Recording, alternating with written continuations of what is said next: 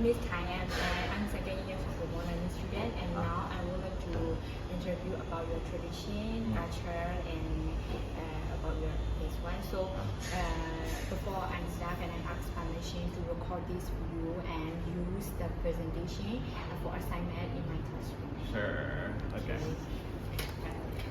So can you tell me a little bit about your cultural background? Okay. So I'm Joe, and I'm from the Philippines. So in your culture, do people explain everything directly or do they expect others to guess what they mean without saying too much? I think like it's a mixture of both, but mostly I think we're like very indirect. Like we don't like if there's something wrong, we usually would like keep it to ourselves and then tell other people. We do not like confront the person right away. Indirect. Yeah, indirect. And the next question is what role does family play in daily life and decision making in your culture? Family plays like a big role. Like at least for like in the Philippines, like we're like collectivists. So if we have to make a big decision in our lives, we always have to ask our family about it because like um, we have to think about our family. So if we're like, for example, like choosing a major, we have to tell our family, oh, we want to take this. Is that okay? Because in the future it affects them. So like family plays a big role. So it mostly depends on family. Yeah, it depends on family. The next question is how are women usually treated in your culture like compared to men? So in my culture, women, when it comes to like their role in the household, they're mainly like over there to take care of their children. The men would usually be the ones to work, but that was like before. Now like our culture is more evolving, and now like women can even like join the military. They can like be like lawyers, and that used to be not the case back then, but now it's like more evolving. It's changing. It's changing. So how important is age and seniority in your culture? With older people. With older people, in our culture, we view older people as like somebody that we should respect to. We view them as like very wise, that we should respect them. Like whenever we see older people, we have to help them. Even with our public transportation, we don't let them pay. And whenever like we see an older people like in the street, we try to help out. Yeah. So just be very the senior. Yeah, we value seniors as well. So the last question. So have you experienced any cultural difference like when interacting with people from other background? With friends like in your now in international schools? Yeah, I think at first when I first came as a freshman, like there was a big culture shock because like I said, Filipinos like are very like indirect. And then when I'm like with the international program, they're like people from different countries, right? So how they like communicate is different, how they do things is different. So it makes me realize like it's not easy to like mix with them right away. Like it definitely takes some time to know their culture.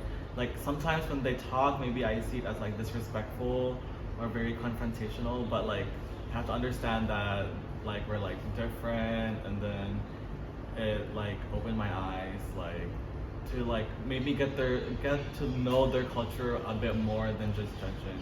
Yeah. Thank you. Okay. Thank you for your time. No problem. Bye.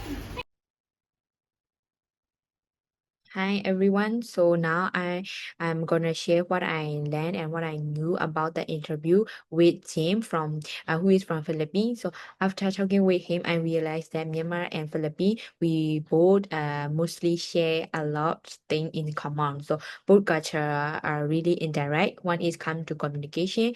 Like if something went wrong, we don't usually say it straight out. We kind of keep it ourselves to avoid confirmation, and we just show by culture and let them know.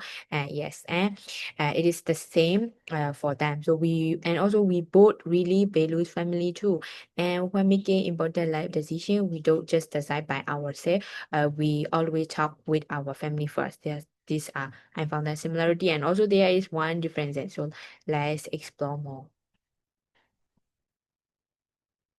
So communication style compares, as I already mentioned, internal communication style. Both countries use indirect high context communication. So people focus a lot on harmony and saving face instead of being super direct. So, and in Myanmar, it is the same. We use polite tone and tend to avoid embarrassing other this and case and is family and society value. So, as from his interview, I knew that we both culture really values the family, and so family play a huge role in both culture, and it is central to life and media tradition. Also, respecting elder is also super important in both Myanmar and Philippines. We offer help to older people, giving up seat on transportation and treat them with a lot of honor. So from the from the strong family rule, it reflects to collective percent, and from the respect for the elder, it reflects to senior value. So this is the similarity. And one difference that I've noticed is about the women rules. You mentioned that in Philippines, women are now more active and they involve area like military and law, something that was not so common in before. But in Myanmar, women are working more too and more involved too, but stay as they have like for example in remote area or in underprivileged area, women are entering and fairly a little bit like, and the traditional expectation to get married and to born a like to carry the baby is like, and that kind of traditional expectation are stay strong in that kind of place in Myanmar too. So I found that this differences between two countries. So reflection. So one from this interview, I learned that Jim cultural background is very rich in family values, respect, and community spirit, similar to my culture. So one big thing that is really stuck with me is like how important it is to be open-minded when we meet people from different backgrounds. So and he mentioned that when he first came to AIU, and it's his environment that changed, and he have to deal with different people from different country, and it was really tough because people were a lot more direct than he was used to. At first, he felt like kind of disrespectful to him, but throughout his history, he mentioned that he keep practice like open minded, and he trying to understand that. So throughout history, I realized that communication style can be very different, like directness or indirectness. So it can vary across culture, but respect is still. So just because someone act differently doesn't mean that they are being rude. So it is just another way of expressing themselves. So this interview really opened my eyes to the importance of understanding, being patient, and not judging too quickly.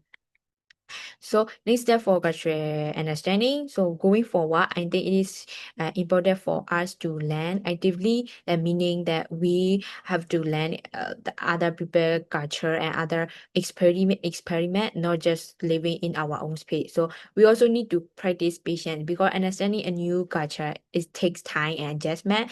And more importantly, we should foster dialogue, keep open, respectful conversation going between from different backgrounds. So by doing this, we can build really cultural break like based on shared values, like family, respect, and kindness. So from this interview, I learned that even though culture are different, most